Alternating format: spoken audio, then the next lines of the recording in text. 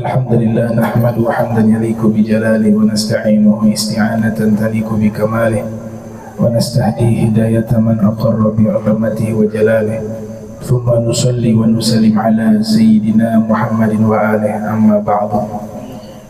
Yang saya muliakan, saya hormati Sahibul Bait dan Ustaz Syukri beserta seluruh keluarga beliau, semoga panjang umur, sehat afiat, dan insyaallah tahun depan insyaallah rumah ini sudah dimudahkan oleh Allah ya, menjadi rumah yang baiti jannati, rumahku surgaku.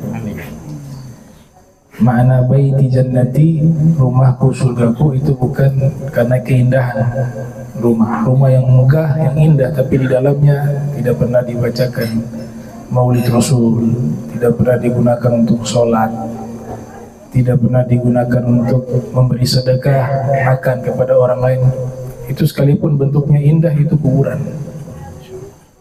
Rumah yang sederhana tapi dimakmurkan dengan amal soleh di dalamnya, maka itulah rumah yang sesungguhnya. Baiti jannati, rumah yang mengantarkan kita kepada surganya Allah Subhanahu wa ta'ala. Maulid Rasul SAW ya, itu isinya biografi Nabi, ringkasan dari Sirah Nabawiyah. Satu-satunya manusia, bahkan satu-satunya makhluk yang Allah bersumpah dari kehidupannya. Ya, Allah sumpah atas kehidupannya. Itu hanya Nabi sallallahu alaihi wasallam. Ya, Sayyidina Abdullah bin Abbas mengatakan, "Ma sami'tu Allah Ta'ala yaqsam bihayati ahadin gairah." Saya belum pernah mendengar Allah Subhanahu wa ta'ala bersumpah dengan kehidupan seseorang, terkecuali hanya ketika Allah bersumpah dengan kehidupan Nabi Muhammad SAW. Jadi satu-satunya yang Allah sumpah dengan kehidupan, itu Allah sumpah kehidupannya Rasul. Artinya apa? Bahwa seluruh kehidupan beliau itu istimewa. Seluruh kehidupan beliau adalah berada dalam pandangan Allah, perhatiannya Allah. La'amruka innahum lafi sakratihim ya'mahun. Ya, demi hidupmu wahai Rasul, sesungguhnya mereka di dalam mabuk, tenggelam di dalamnya ketika menjelang wafat. Ayat ini Allah Ta'ala memulai dengan sumpah la'amruka, itu artinya wallahi bihayatika, demi Allah dengan kehidupanmu wahai Nabi Muhammad. Innahum lafi sakratihim ya'mahun, sesungguhnya mereka tenggelam di dalam kematian seakan-akan mabuk. Jadi sakratul maut itu artinya mabuk, bukan sakit. Mabuk disebut sakratul maut. Jadi arti yang benar itu mabuk ketika wafat. Ya, karena orang ketika ruh lepas dari jasad, seakan-akan dia itu hilang kesadaran, seperti orang yang mabuk gitu. Jadi Allah sumpah dengan kehidupan Nabi SAW. Nah, orang yang bisa memahami siapa itu Nabi Muhammad SAW, paling minimal yaghusuna fi bahrihi, mereka itu sudah tenggelam di dalam lautannya. Jadi kalau belum tenggelam di dalam lautan ma'rifat, gak usah jauh-jauh, ma'rifatullah terlalu besar. Ma'rifatun Nabi saja kita belum mampu, apalagi mau ma'rifatullah. Kita sampai mati gak bisa kenal Nabi secara ma'rifat, secara keseluruhan. Itu Al-Imam Ali bin Abi Thalib karramallahu wajha, beliau mengatakan al-ilmu nahrun wal hikmatu bahrun wal ulama'u hawla nahri yatufun wal hukama'u wasatal bahri yaghusun wal arifuna fi sufunin najati yasirun. Yang artinya ilmu itu sungai, hikmah itu lautan, Nah, ulama-ulama yang ahli dalam ilmu-ilmu agama ini, ilmu tafsir atau hadis atau lain-lain, ilmu fikih, ilmu alat, nahu, sorof, balaghah, kata Imam Ali, mereka hanya berputar di sungai, baru sungai. Imam Ali mengatakan begitu. Wal hukama'u wasatal bahri yaqusun. Orang-orang ahli hikmah itu mereka di tengah lautan, yaqusun, menyelami.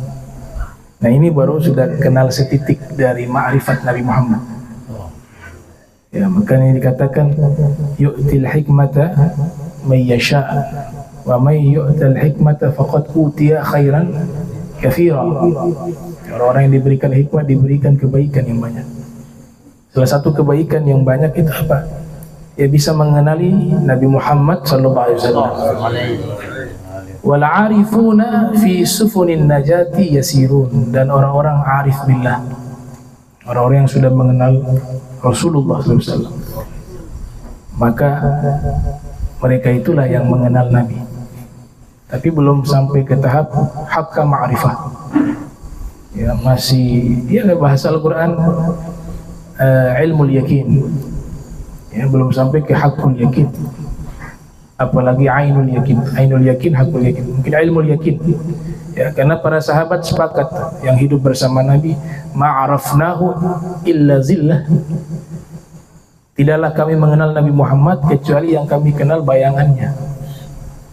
Ma'arafnahu illa zillah wa man arafah haqqa ma'rifatih alladhi khalaqah. Terus siapa yang mengenal Nabi Muhammad dengan sebenar-benar pengenalan, yaitu yang menciptakan Nabi Muhammad, Allah Subhanahu wa ta'ala. Jadi kita masih terlampau jauh, ya, masih terlampau jauh.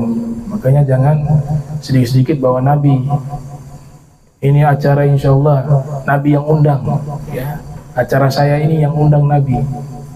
Gak bisa. Kita masih berlumuran dosa, masih banyak kekurangan, ya. Dari mana bisa dipastikan bahwa acara kamu itu atau acara saya, misalnya saya mengatakan bahwa acara saya ini yang mengundang kalian adalah Nabi Muhammad. Dari mana saya bisa pastikan bahwa Nabi Muhammad yang undang? Toh saya juga belum kenal Nabi sallallahu alaihi wasallam. Jadi malu, al-haya minal iman, ya, malu sebagian daripada iman. Jangan bawa nama Rasul. Nanti kalau salah Nabi yang kena, padahal yang salah kita, ya. Makanya ya, acara ya kita yang buat, mudah-mudahan dapat perhatian Nabi sallallahu alaihi wasallam. Itu. Makanya luar biasa, ya, para ulama mengatakan gak bisa kita kenal Allah kecuali kenal Nabi Muhammad. Ada satu tokoh sufi, ya, di Maghrib, Sayyid Abdul Aziz Ad-Dabbagh, beliau diberi ilmu laduni. Ilmu laduni ada dua, ya, ilmu wahbiyun, ada yang memang dikasih secara langsung tapi ini presentasinya sedikit. Ada yang memang dia rajin belajar, susah payah, mujahadah, akhirnya Allah kasih lebih ilmunya. Itu dikatakan man alima, man ta'allama wa amila wa 'allama awrasallah ilma ma lam ya'lam, atau kama qala. Ya, man ta'allama atau man alima, siapa yang mengetahui ilmu, wa amila, kemudian dia mengamalkan, wa 'allama, kemudian dia mengajarkan, awrasallahu ilma ma lam ya'lam, Allah akan wariskan ilmu yang tidak pernah dia ketahui. Itu ilmu laduni. Berarti diawali apa? Dia belajar dulu, susah payah. Setelah dia belajar, dia berusaha mengamalkan, dan dia mengajarkan, memberikan manfaat kepada umat Nabi Muhammad SAW. Maka diberikan warisan ilmu yang tidak pernah diketahui sebelumnya. Nah, itu ilmu laduni namanya. Sayyid Abdul Aziz Dabbagh itu diberi ilmu laduni. Syekh Ibnu Mubarak mencatat keterangan beliau di kitab Al-Ibris, yaitu kumpulan keterangan ilmu dari Sayyid Abdul Aziz Dabbagh. La yaqra wa la yaktub. Beliau tidak baca, tidak tulis, tidak bisa baca, tidak bisa tulis, tapi dikasih ilmu oleh Allah Subhanahu wa taala. Beliau mengatakan la yanalu ma'rifatallahi la yanalu al-'abdu ma'rifatallahi hatta ya'rifa sayyidal wujud. Seorang hamba tidak akan mungkin bisa mengenal Allah terkecuali dia kenali terlebih dahulu Nabi Muhammad SAW, sayyidal wujud. Jadi teks asli ya, man arafa nafsa arafa rabbah, itu maknanya man arafa Muhammadan faqad arafa rabbah. Bukan mengenal diri kita. Diri kita kalau kita kenal, kalau gak ada wasilah dengan Rasulullah gak akan bisa kenal Allah. Man arafa Muhammadan arafa nafsah, wa man arafa nafsah arafa rabbah. Siapa yang mengenal Nabi Muhammad, maka dia kenal dirinya. Apa makna kenal dirinya? Ternyata saya ini gak ada apa-apa. Saya gak dekat dengan Allah. Berarti saya harus butuh wasilah Nabi Muhammad. Itu mananya arafa nafsah. Bukan dia mengenal secara mandiri langsung kenal Allah, kan? Dia kenal dirinya ini gak bisa sampai kepada Allah kecuali lewat Nabi Muhammad. Gak akan bisa. Anta babullah ayyumri'in atahu min ghairika la yadkhulu. Kau pintunya Allah. Siapa yang ingin mendekat pada Allah tidak lewat engkau, tidak akan bisa dekat dengan Allah. Wala ya'rifa sayyidal wujud hatta ya'rifa syaikha. Dan seorang tidak akan bisa mengenal Nabi Muhammad kecuali harus lewat gurunya, harus mengenal gurunya, guru yang punya sanad dari Rasul Muhammad SAW. Wala ya'rifu syaikha hatta la yabqa an-nas fi ainaihi atau kama qala. Dan tidak akan bisa seorang mengenal gurunya kecuali di matanya itu semua manusia tidak ada, yang ada hanya gurunya. Nah, ini kata Sayyid Abdul Aziz Dabbagh. Nah, jadi Rasulullah SAW apalagi nanti mau umroh, niatkan yang paling pertama itu adalah saya ingin ziarah kepada Nabi. Nanti kalau di tempat mikot baru niat haji, niat umroh. Tapi di niat paling awal adalah ingin ziarah kepada Rasulullah SAW. Karena kalau tidak ada beliau, dari mana haji dan umroh? Khudhu anni manasikakum, ambil dariku cara berhaji kalian, kata Rasulullah SAW. Ya. Kalau tidak ada Nabi, gak ada Ka'bah. Ka'bah itu mulia karena Nabi Muhammad. Qad nara taqalluba wajhika fis sama'i falanuwalliyannaka qiblatan tardaha fawalli wajhaka syatra masjidil haram. La uqsimu bihadzal balad. Semua karena Nabi Muhammad SAW. Maka niat awal adalah saya mau ziarah kepada Nabi Muhammad SAW. Nabi beri kabar gembira, man zarani ba'da wafati faka'annama zarani hayya. Siapa yang ziarah padaku di saat aku telah wafat, maka seakan-akan dia ziarah padaku di saat aku hidup. Wa man zarani wajabat lahu syafa'ati. Dan siapa yang ziarah padaku dengan kecintaan, dengan penghormatan, baginya syafaatku, atau Rasulullah di hari kiamat. Ya. Jadi Nabi kita hadirkan ketika ziarah ke makam para anbiya, para aulia, para solihin, hadirkan di hati bahwa mereka itu ada di alam mereka. Jangan menganggap mereka mati. Mereka punya kehidupan khusus di situ. Allah Ta'ala melarang kita mengatakan para syuhada itu mati. Wala taqulu liman yuqtalu fi sabilillah amwat. Jangan kalian mengatakan orang yang mati di jalan Allah itu mati. Bal ahya, kata Allah. Melainkan mereka hidup. Itu para syuhada. Ya, bagaimana para anbiya? Dan bagaimana Nabi Muhammad sallallahu alaihi wasallam? Maka Imam Al-Baihaqi menulis kitab khusus judul Hayatul Anbiya ba'da wafatihim, kehidupan para nabi setelah wafatnya mereka. Mereka hidup di situ. Al-Imam Nawawi di dalam kitab Al-Azkar menyebutkan dulu ada A'rabiyun, seorang badui datang ziarah ke makam Nabi SAW. Kemudian dia mengutip ayat Al-Quran, seandainya kau datang kepada Nabi Muhammad, istaghfirullah wastaghfara lahum rasul lawajadullaha tawwaba rahimah. Seandainya kamu mendatangi Nabi Muhammad, kata para ulama tafsir, Imam Tabari, Al-Hafiz Ibn Kathir, dinukil oleh Abu Yazid Muhammad bin Alwi Al-Maliki dalam kitab Mafahim beliau, bahwa kata mereka datang kepadamu itu mendatangi Nabi, baik Nabi masih hidup maupun sudah wafat. Kemudian mereka istighfar kepada Allah, istighfarullah. Jadi beristighfar ketika datang kepada Nabi, dan Nabi akan mengistighfarkan kita. Wastaghfara lahum rasul. Ya, fi tafsir Baydawi dikatakan wastaghfara lahum an-nabiyyu al-a'zam. Nabi yang agung akan mengistighfarkan pada kalian. Lawajadu, lam taukid, pasti kalian dapati Allah akan memberikan pengampunan dan memberikan kasih sayang. Jadi niat utama kita berkunjung ke Rasulullah SAW. Nah, setelah dia membaca ayat ini, dia mengatakan dengan syair. Ya, waktu itu yang menjaga makam namanya Atabi. Menjaga makam Nabi namanya Atabi. Atabi memperhatikan ini orang Badui.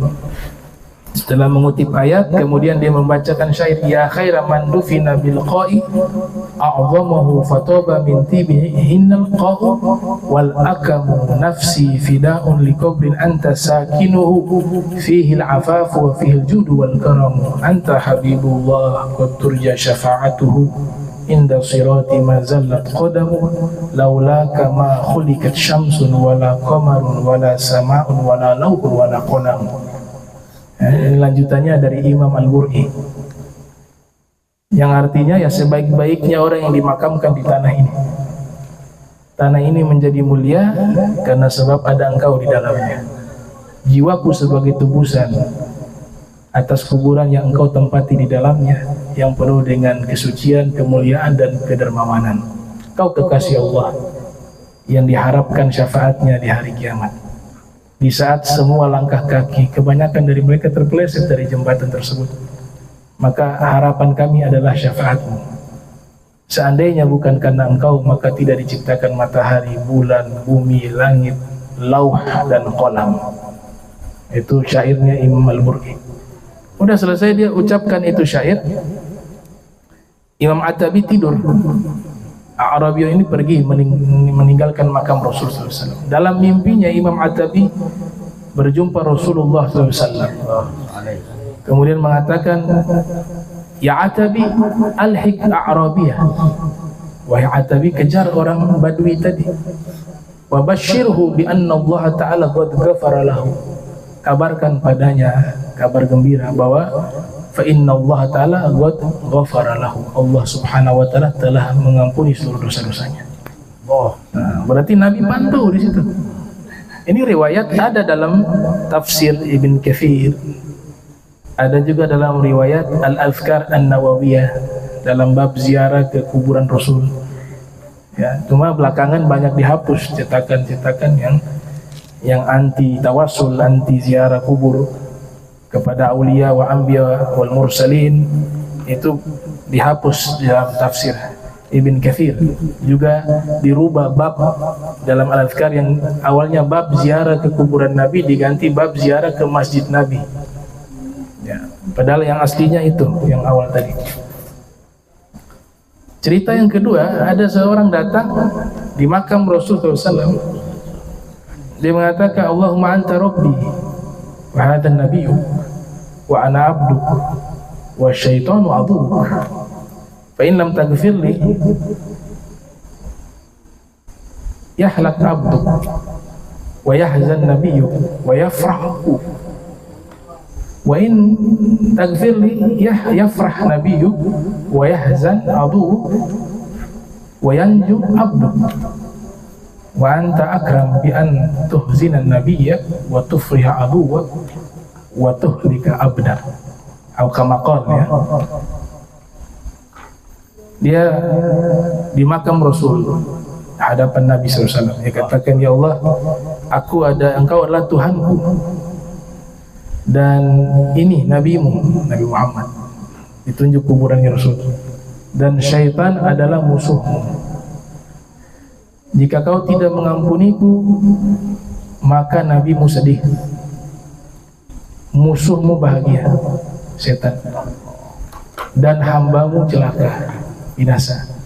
Tapi kau, jikalau mengampuniku, maka kekasihmu, nabimu bahagia, musuhmu sedih, dan hambamu selamat.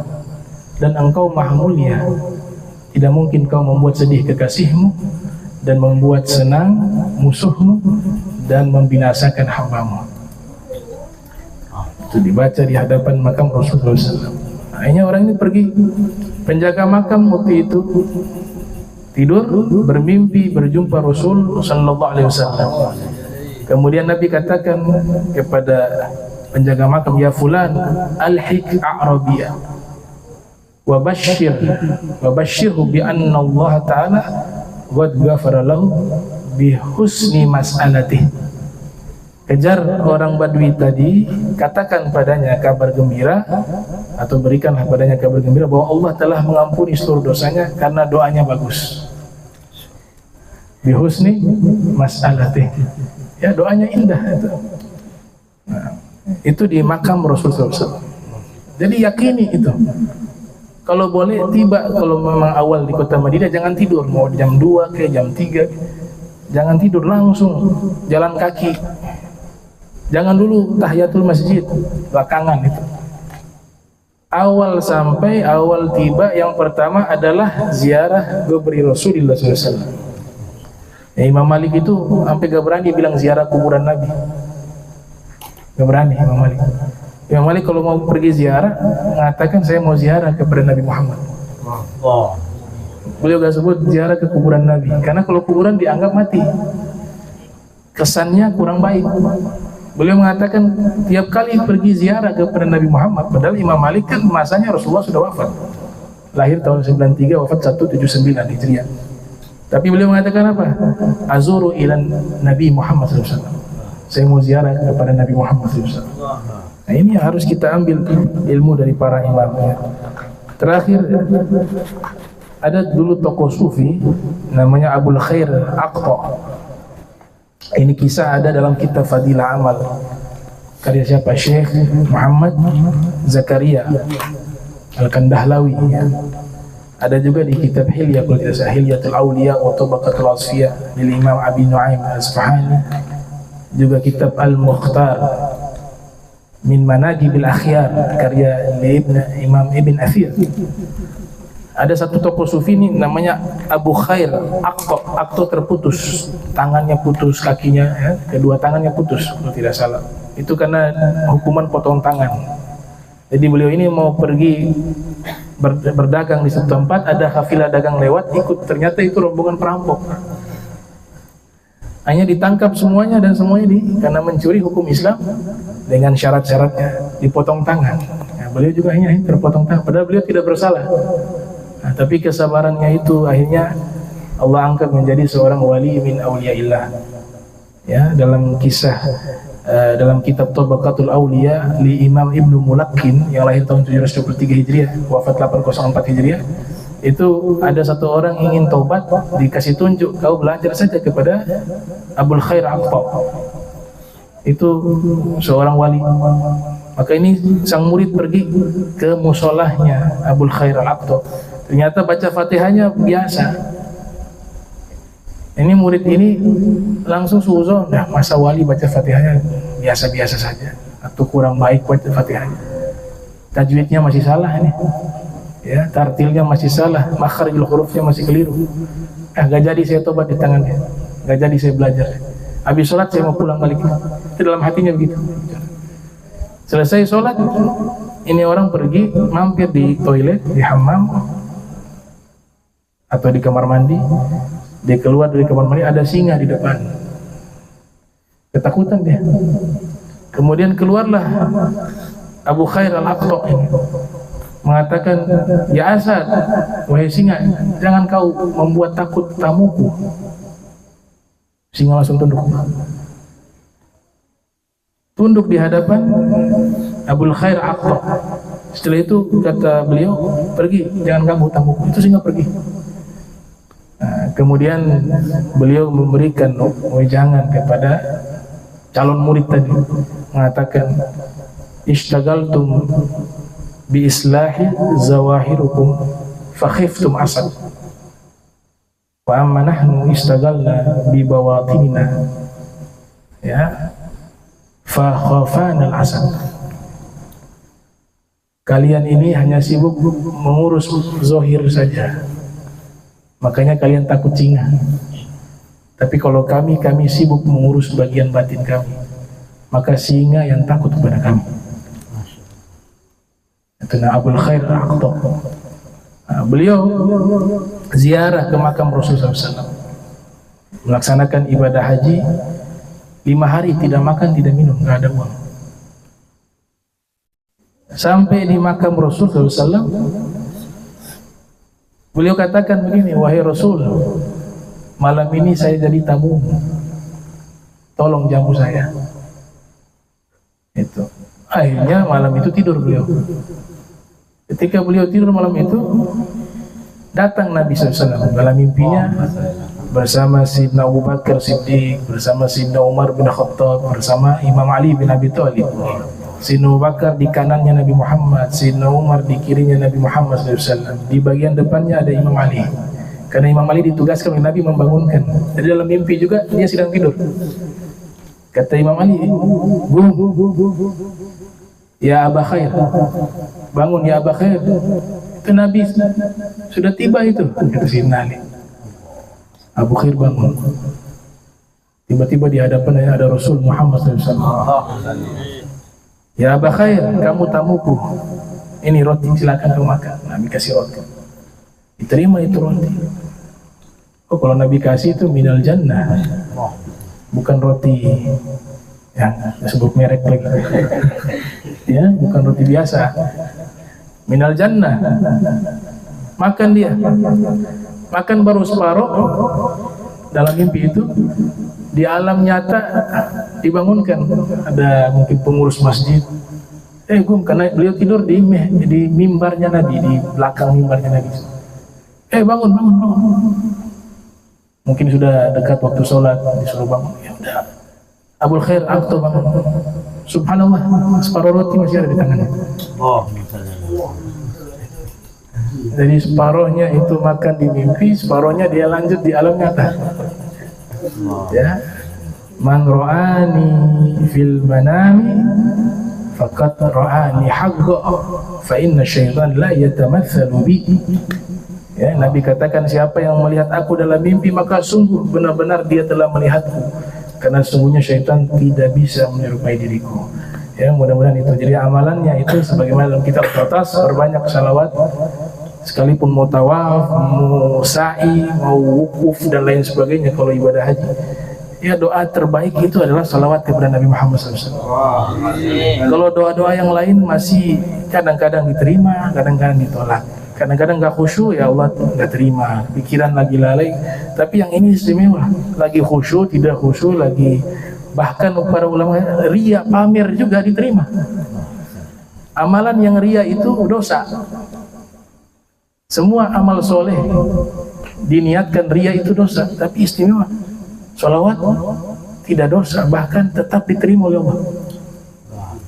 Adim sholata ala Nabi Muhammadin faqabulu hatman min ghairi taraddudin a'maluna bainal qubuli wa raddiha illa sholata ala Nabi Muhammadin.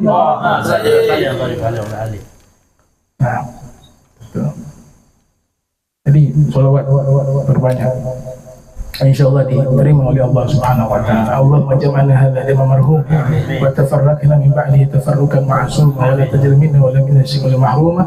Subhanaka bihamdika astaghfiruka wa atubu ilaik. Wa sallallahu alaihi Muhammadin wa ala alihi wa sahbihi wa barik wasallam. Wa minkum assalamualaikum warahmatullahi wabarakatuh. Waalaikumsalam warahmatullahi wabarakatuh. تقبل الله منكم إنا منكم تقبل